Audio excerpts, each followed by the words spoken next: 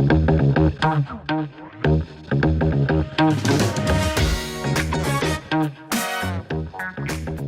to the CRE with CBC Worldwide podcast, Women of Coldwell Banker Commercial Edition, where we highlight inspiring stories, smart strategies, and current trends from women leading the way in commercial real estate. I'm your host, Jenna Hille, and whether you're growing your career, leading a team, or interested in current industry trends, I'm really glad you're here. Today, I'm thrilled to be joined by the delightful and engaging Jenn Quater, President and CEO of the Smart Agency, a woman-owned PR firm focused on commercial real estate and finance communications. She went from Broadway tours to boardrooms and now leads a powerhouse team that helps major CRE players tell their stories with clarity and confidence. Like Jenn, I didn't start my career in commercial real estate. I came from the healthcare world and then nonprofit. So I've learned that building a voice in this industry takes grit, creativity, and a whole lot of strategy. This episode is going to be packed with all of that. Jenn, thank you so much for being here. Jenna, I am honored and delighted, and what an intro. Thank you so very much. I'm very, very honored to be part of this. So just let's kick things off. Tell us a little bit about your career path. How did you come to lead the Smart Agency? What grew you to commercial real estate? Let's get started. Love it. I'll dive right in. And, as you mentioned in the intro, I did not start in commercial real estate, nor did I even understand it as a discipline. My beginning opening career was as a singer and dancer in musical theater. And so I like to say I started as a storyteller, right? And learned how to kind of emote through music, through song, through dance. And then I think what really drew me into commercial real estate was the intelligence and the impact that I found once I found it. Now, I'll say this for anybody who may be listening. I just accidentally fell into it, which I think happens to a lot of us in our career. Absolutely. Yeah. So right Very after common. I'd gone to grad school. I got a degree in global communications because I knew that while theater was fun and it served a passion part of myself, I wanted to do something with a little more impact on the business world. And I'm someone who really believes that building a career and doing so in a way that you can contribute is really important. And so I inadvertently joined a small boutique firm that happened to focus on commercial real estate. And I immediately was drawn to the wider impact that can be had through this. I think it's there's a lot that we can invest in our lives, but the built environment is something that is going to affect our health. It's going to affect the next generations.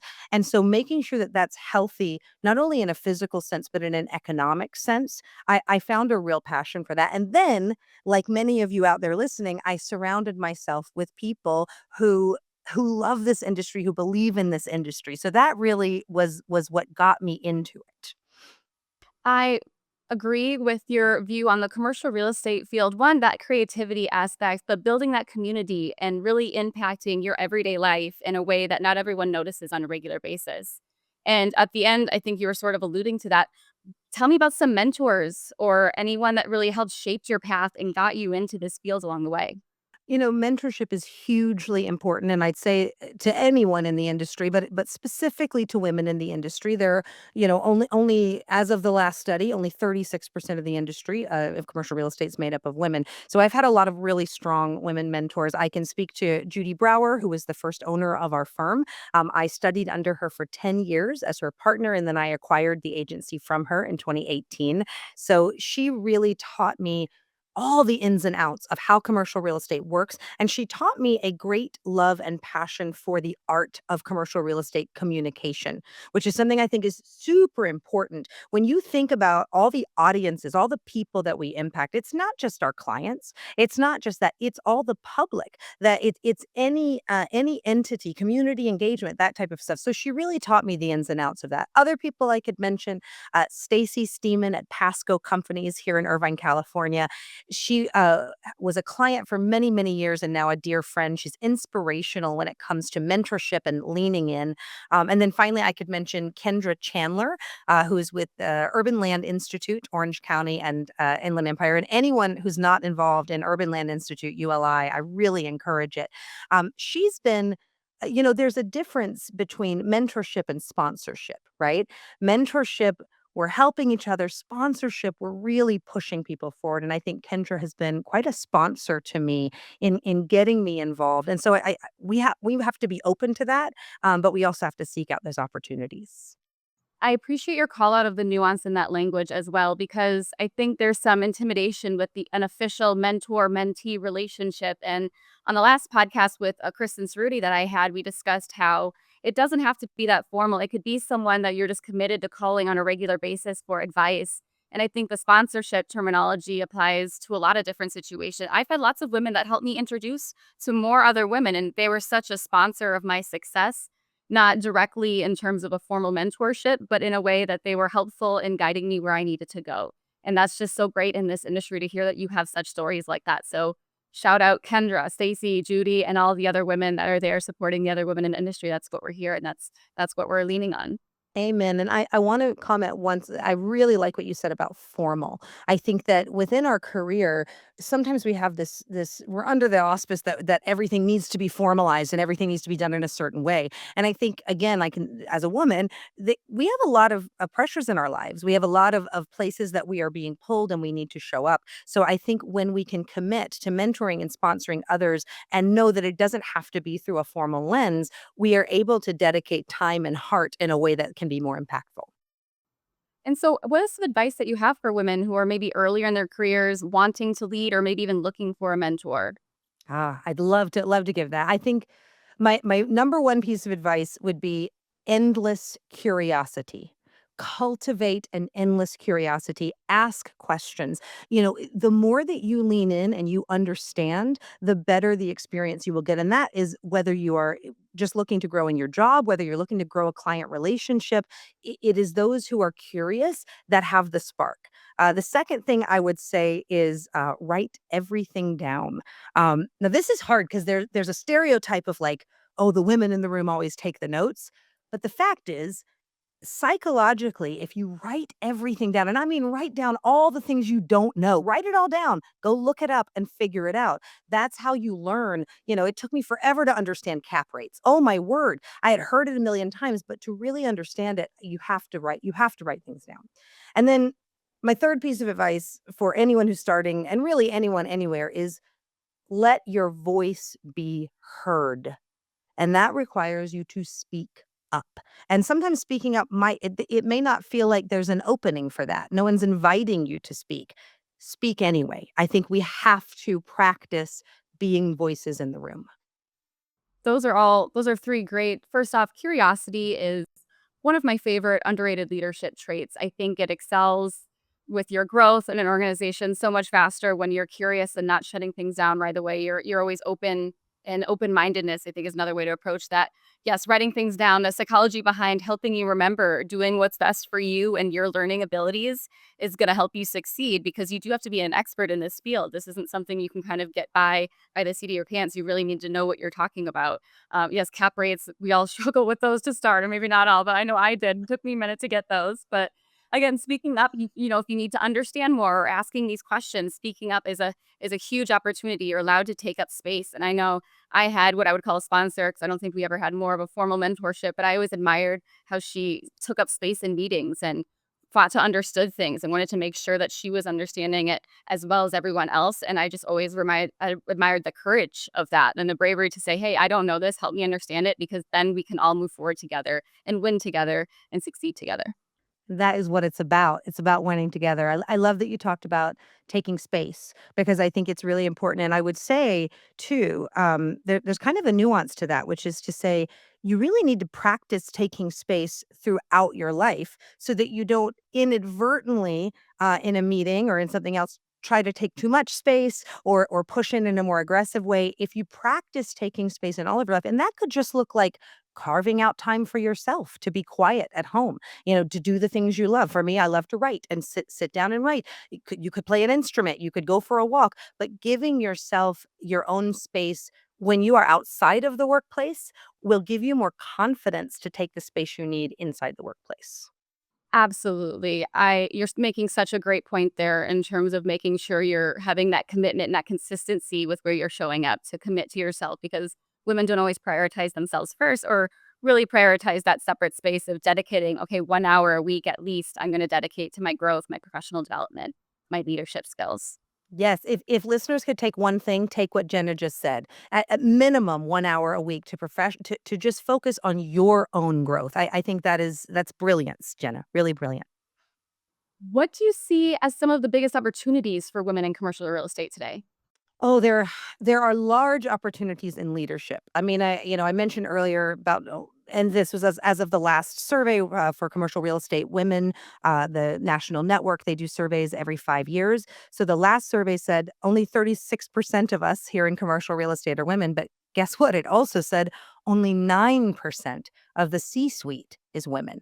So there's a huge opportunity for women to join the C-suite. And the way to do that, it's interesting. I'd like to call back to something you said, Jenna. You said we must be experts. We can't just come in here and play around. We have to learn what commercial real estate is about. And I got to be honest, I'd be remiss if I didn't bring this up. I want to say the name Wesley LePatner. Wesley the Patner is someone who passed away very tragically just in the last 2 days. She was part of this Midtown Manhattan shooting that occurred, and I hadn't heard her name before. She was the CEO of the B REIT for Blackstone, and, what I saw in her, first of all, an absolute tragedy to lose someone at 43 years old who has 2 little kids, just but in the same way, to understand this is a woman who was leading the charge. This is a woman who had gotten herself to the C-suite, and I think what I would say to anyone listening is, first of all, look her up and say her name, but then second of all, put her in your mentor cap. You know what I mean? If she can be CEO, so can we. You know what I mean? There is lots of room for us to grow. So I took that to a more of a current event place. But the truth is we must find inspiration wherever we can. And there are women doing it. So if you ever are thinking, man, that's not something I could ever get into. Yes, it is. The pathways are there and they've been forged by incredible people who are leaving an incredible legacy.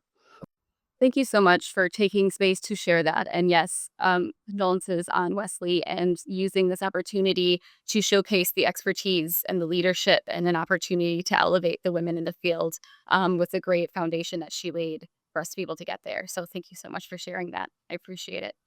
You also work with a lot of firms in commercial real estate as part of the Smart Agency. What are you seeing sets apart some of those firms where teams of women are really thriving? Ah, that's such a great question because it goes back to what you talked about. We want to win together. We want to work together. I think that at the core of it, it is about consistency. There needs to be consistency in the work that we are doing. And I think that speaks to both the actual services we do. So at the Smart Agency, we do public relations and marketing that's all geared toward commercial real estate and finance. And what's really important about that is that companies have to tell their stories consistently. And I'll take that now down to individuals. You could be an individual agent, a sales agent. Sometimes you're not going to have your best quarter. Sometimes things are not going great. If you only if you only tell people when things are going well, then you're not able to build what is needed. So I think when I see groups of women who are working together, it's people who are A, not afraid to tell their story on a consistent basis, and B, not afraid to lean into their own expertise, and speak about that very openly. And so there's a lot. There's kind of a mentality, and I'll think about this in the brokerage world, where when I was first learning the brokerage world, my understanding was everything was the word was siloed. And so what that meant is, hey, that's John, and John has all his contacts, and you don't get any of those. And there's kind of a dog eat dog kind of world, right? I think that what we have the opportunity to do, and this spans men and women, and I think I see it in today's workforce, is we have the opportunity to instead share and cross collateralize because what John might bring to them, I might be able to bring something that is ancillary, that it also brings value. So I think it's about cross collateralizing our skills, and then it is also about consistency in telling our story. Those are two great takeaways that are useful for everyone. The consistency, the authenticity, showing up as you're showing up. You don't always have to share a win. You can share something you learned from a win, but it's still being that consistent posting. It's still being that consistently showing up and being authentic and being yourself. How would you recommend people rethink how they market themselves in that line of work, in our line of work? That's a really good question. And you began the right answer, which is show up. You've got to show up, and you've got to show up again and again. And I hate to say it because so many times we wake up and we go, I don't want to show up today. I don't want to do it. But we have to, because it's bigger than us. This whole thing is bigger than us. What we work in is bigger than us. We help people. They spend their lives in the buildings and the properties and the structures that we help to move forward. So I think that when you're thinking about your own marketing, you've got to show up. You got to make an effort, and check it out. Your first effort might fail. Try again. Your second effort might fail. Try again. Keep trying, because that really really works. The second thing I'd say, and I'll get a little more, I'm talking in the theoretical this morning, but I want to make sure that those who listen have some actionable takeaways. So I will say things like, if you're in a market and you are working, let's say you work in Cleveland, go get to know who is writing about real estate at your local papers. Obviously, you can certainly hire a PR expert. We would love to work with you. But if you're just getting started, if you're just figuring it out, don't be afraid. Go ask them to lunch. They love lunch. Everybody loves lunch. So get to know people who are voices, and that goes for traditional media, business journals and regional publications and large national commercial real estate publications. All humans writing for them who you can reach out to and meet. But then it also goes for influencers. It also goes for people you find. And this, I'm not talking about your fun beauty influencers, but there are business impact influencers you can find on LinkedIn and go to conferences and meet them. Step up and start speaking to them. They will open doors to you. They will open doors for you to speak on panels. They will open doors for you to guest blog if they have a blog. So find those ways to step up. And again, that consistent storytelling is really how I'd say to approach marketing in today's world. I think that's an important aspect of marketing themselves that not everyone considers because they're so focused on their story and they're focused on their marketing collateral for LinkedIn or maybe their one pagers or their flyers that they're mailing out, but not necessarily let me go directly to the source, let me go directly to the news, let me reach out or start following someone who posts articles on my line of work and get to know them, ask them to lunch, follow them, reach out on LinkedIn somewhere and say, "Hey, I'd like to get to know you more." That does give you that opportunity, one, to potentially lead you as an expert in the field to be interviewed, but also put in that good networking that you can do to stay consistent and relevant in the field. And who knows, maybe you get a mentor out of it, maybe you get a sponsor out of it, but that is such And a good maybe you point. get a client out of it. Absolutely. I'm so glad you brought that up. And of course, if you need some support, the smart agency is always there for you. Absolutely, absolutely. But really, that's the thing, is the smart agency is there for any company, and we work with companies throughout the whole trajectory of their growth. But really, my personal mission is that even if you are a solopreneur and you're out there are doing this, I think it's just very important that we take ourselves very seriously, and that we take that work very seriously. And what you were speaking to earlier, because you're right, we can work our produces off, getting out those brochures and doing that, and that all has to be done. That's my old boss would call that the block and tackle, right? That's the basics of what we got to do if we're playing the game, right? But the element that you're speaking about, when you then grow into adding networking, adding that type of stuff, is third party credibility. This is something that is huge in today's world, and it's going to become more and more huge as AI begins to grow even more than it has. So looking for those opportunities for others to endorse you in a public way, it's such a strong move for women in business and really anyone in business. Absolutely. That is such a great point. Thank you so much for sharing some tangible takeaways for folks listening here today. I want to quickly shift to some industry trends before we go to our lightning round.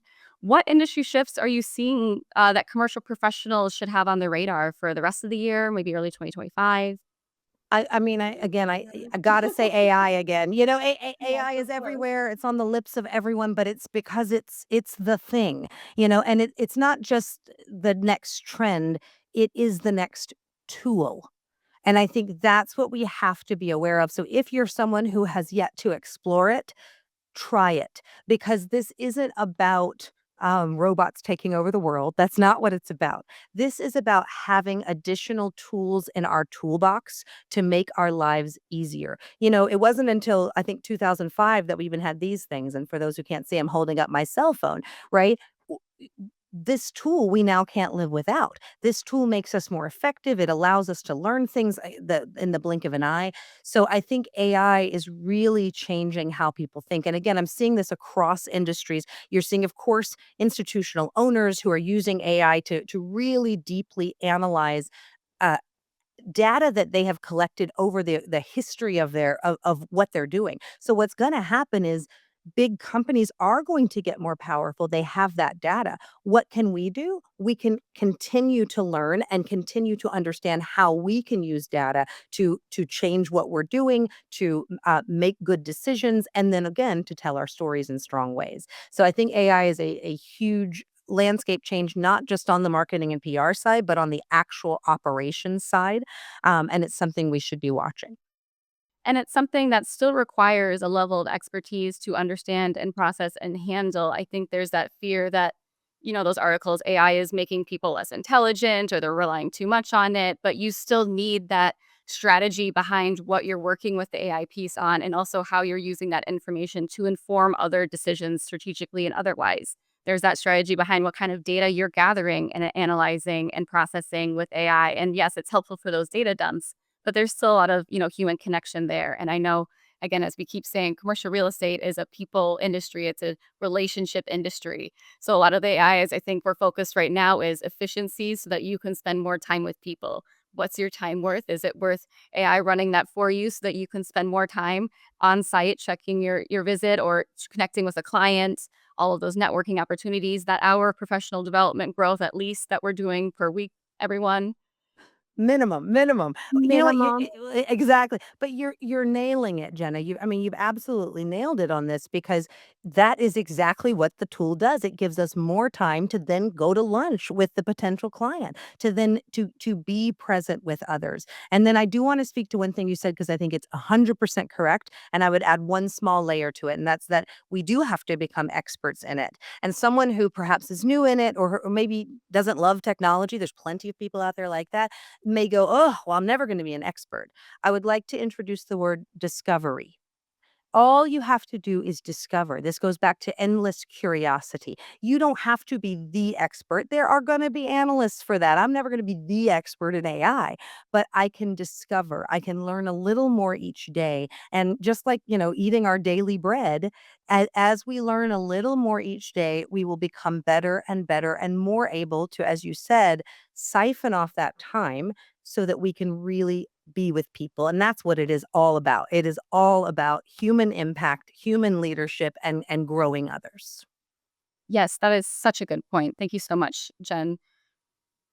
Before we wrap up here, I'd like to go to our lightning round. So, a few last questions here that I like to ask. Who our current quarterly value right now? We have our win together, do right, ownership mentality, or big hearted. Those are our four Coldwell Maker commercial core values. Which one is resonating with you most right now? Oh, they're all fantastic, I have to be honest, and I love whoever put that together, well done you. The one that really speaks to me most is do right. I think that is something that all of us, and I go back to human first leadership, we must do the right thing. And when we do the right thing, and I feel like it's someone's grandmother that said, you have to be able to do the right thing when no one is looking. And that's really important. And I think that our integrity is the basis of who we are. Our careers, jobs will come and go, things we focus on will come and go. All of that adds to who we are. But in our souls, it is about us being integrous. It's about us being people who will do the right thing when no one is looking. So I think that that is such a core value as you build a career because there are lots of temptations. Plenty of temptations in business to cut corners, to do things not the right way, that you just can't abide it. So I think do right really speaks to me in a very clear way. What a beautiful response. Thank you so much for sharing that. And I wholeheartedly agree. Integrity is a very large value for me. Coldwell Banker Commercial was founded in 1906 on the basis of integrity. So I really appreciate everything you said about that do right value. You're absolutely correct. One tool or tech you can't live without at work. Mm. It's the chat gippet. That's what I call it. Chat gippet. So chat GPT, I know everybody uses it. We all use it. It's for some in my age range, I think it's starting to replace Google. What I love about it, if you don't know this already, is that you can create your own individual GPTs within it. And if you haven't tried it, try it. You can feed it all the data that you need and it can begin to produce things as needed. I find that ChatGPT is never going to be the writer for me, but it's going to share the cognitive load. It helps me to think things through. It helps to ask questions that I wouldn't have asked. So I can't live without it these days. That's a great response. I think that's speaking of AI making all of these trends in the industry, that's a resource that people are using and taking advantage of. Where can people connect with you, Jen, or learn more about the Smart Agency? What else can we call out with how people can connect with you? Fabulous. I would love it. Please connect with me. Ask me questions if you have them. I'd love it. You can find me online at Jenn Quader, JennQuader. I'm on LinkedIn, Instagram, Facebook. I love Facebook. I'm gonna be honest. I'm one of those. I'm in that age range. So all of those. And then the Smart Agency, you can find us at thesmartagency.com or on all the socials as The Smart Agency Inc. We are always putting out content that is focused on how to advance commercial real estate and finance. And we work to make sure it's educational and valuable so that you can learn from that. So we would love for you to engage with us, get to know us better, and one day let us tell your story. We'd be delighted.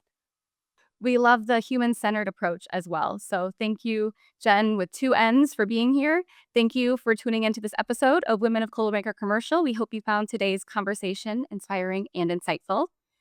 If you are part of the CBC community, don't forget to nominate a woman champion who embodies our quarterly CBC core value.